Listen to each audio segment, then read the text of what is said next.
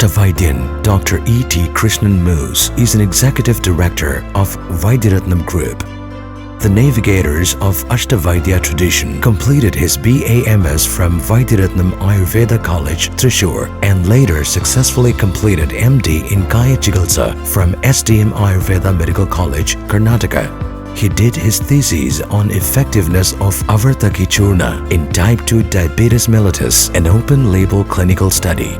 He has conducted clinical studies and authored various articles on prevalence of pre-diabetes, type 2 diabetes among adolescents 10 to 19 years, and its association with different measures of overweight, obesity in India and gendered perspective. Ashtavaidyan Dr. Krishnan MOOS is practicing as an additional chief physician at Vaidyaratnam Nursing Home and also holds the position of board member of Vaidyaratnam Ayurveda Educational Society and assistant editor of Vaidyaratnam Journal of Ayurvedic Medicine.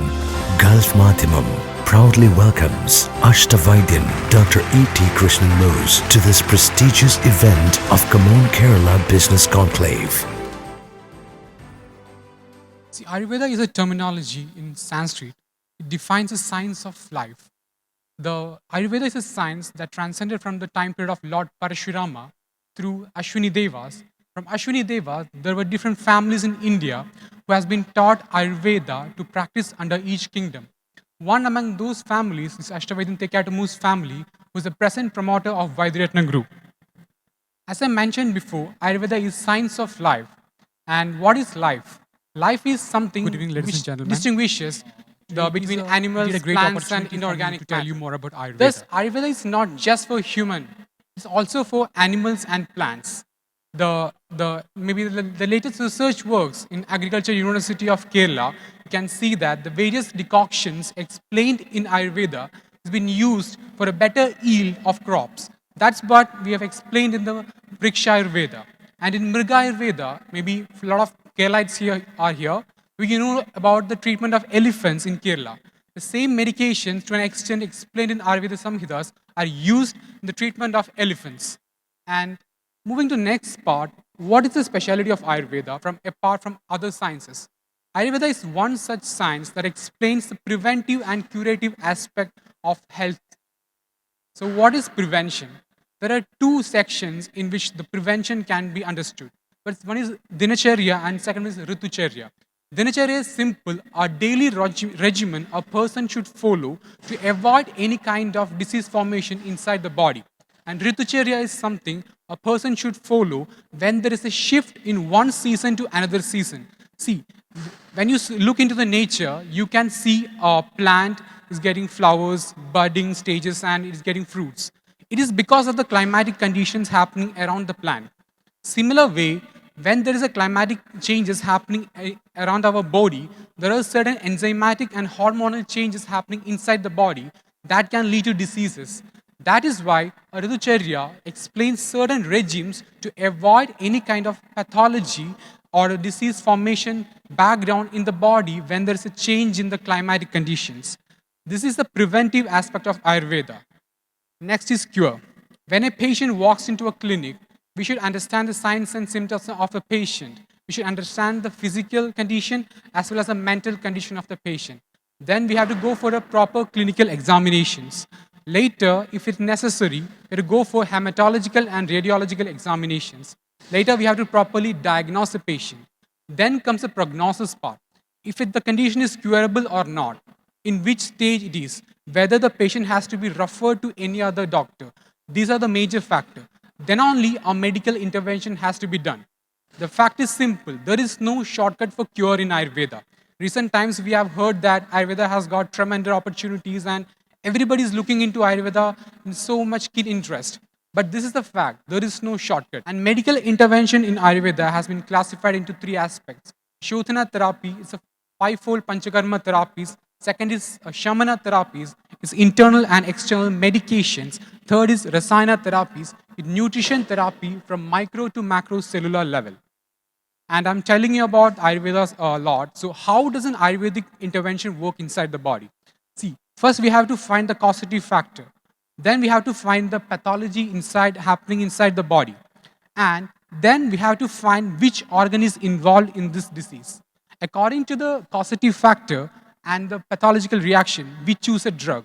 And according to the organ involved, we choose a drug delivery system. So we combine this drug into the drug delivery system so that a patient will get a better output than just giving a random medicines. Ayurveda first. Ayurveda first doesn't mean Ayurveda is the best science in the world, nothing like that.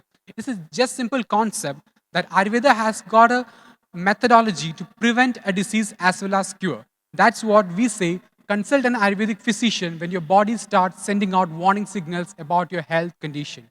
Make Ayurveda your first choice, not your last resort when everything else fails. I would like to add a point to this. I had a patient of amyotrophic lateral sclerosis, which is an autoimmune condition. Patient came to me on the last stage, and ethically or morally, I couldn't do anything. But only thing I could do was send the patient back to home, let the patient be happy with the family members around the patient. Later, there was one more patient came to me with early signs and symptoms. With proper diagnosis, even now the patient is living, and I'm not telling it's completely curable, but the lifestyle modification and the disease progression could be controlled to a great extent. And Ayurveda is all about the goodness of nature. It is a way of life that transcended times, and Ayurveda is a future.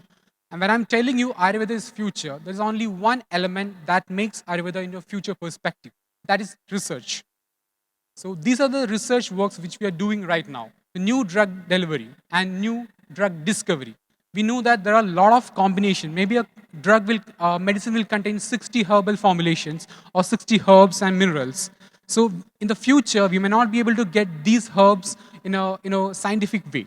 So we are trying to find the molecules which are efficient enough to treat a patient. And the drug delivery systems are explained in Ayurvedic textbooks, or it's not convenient for the patient to consume. We are changing the drug delivery system in a better way so that a consumer or the patient will have a better benefit. And there is a recent research work says that the medicine size particle is larger than the Kshara Sinduras, which are Ayurvedic herbal mineral preparations. That's how the particle size reduction being done in Ayurveda. And the clinical research. The latest clinical research is with the chronic joint disorders, including ankylosing spondylosis, psoriatic arthritis, rheumatoid arthritis, and so on. This was a 5-year clinical trial done with the funding of central government. And the diagnostic research by including artificial intelligence and biotechnology. This is one of the key area which we are looking into right now. We are taking the data from the Samhitas or textbooks. We are blending those data with artificial intelligence and biotechnology for inventing new diagnostic tools. The latest work we are working on is for diagnosis of filariasis and Parkinson's with the support of National Institute of Technology and IIITK Kottayam. And transdisciplinary research and interdisciplinary research. From an Ayurvedic perspective, I'm trying to say something to you. The language or the words we use in Ayurveda may not be familiar for you. So we are building a platform in a global way so that any person, even a scientific person or non-scientific person, can understand Ayurveda in a better way. And these are the verticals of Vaidyaratnam Group. Vaidyaratnam Group has got Aushadashala, which is an Ayurvedic drug manufacturing unit, and it's got Research Institute, Ayurvedic Nursing Home, Ayurvedic Foundation Hospital, which is charity hospital, and Ayurveda College, Ayurveda Museum, and a publication division. Before concluding, dear dignitaries, I want to tell you that the reason why I'm telling you more about Ayurveda. There was a time when Ayurveda been questioned whether it is a scientific or not. But now time has changed. And with scientific validation and proof, now I can tell you that Ayurveda is scientific. The science is not just about yoga, meditation, or some massages. It is beyond that. As I mentioned you before, this is about the preventive and curative aspect of Ayurveda.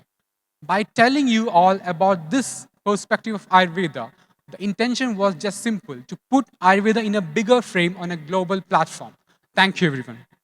Thank you so much, Dr. KRISHNAN. In order to give the memento to Dr. KRISHNAN, I would like to invite Mr. Junais K, the marketing manager of Madhyamam India.